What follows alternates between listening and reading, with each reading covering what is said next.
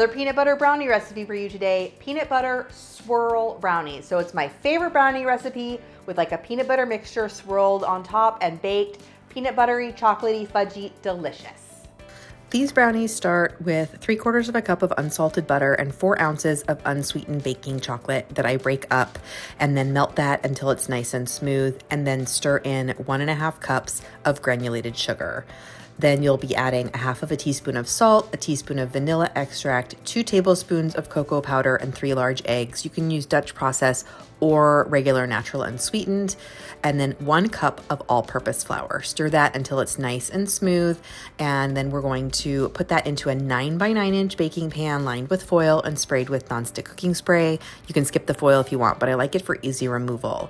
Then the peanut butter swirl is 1/2 cup of peanut butter mixed with 2 tablespoons of melted unsalted butter and 1/3 cup of powdered sugar, along with a teaspoon of vanilla.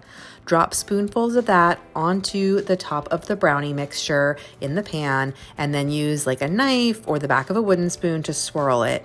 Then you'll be baking this at 350 for 28 to 35 minutes. You can see how gooey and rich these are. That peanut butter is a nice like kind of salty component to that sweet fudgy brownie.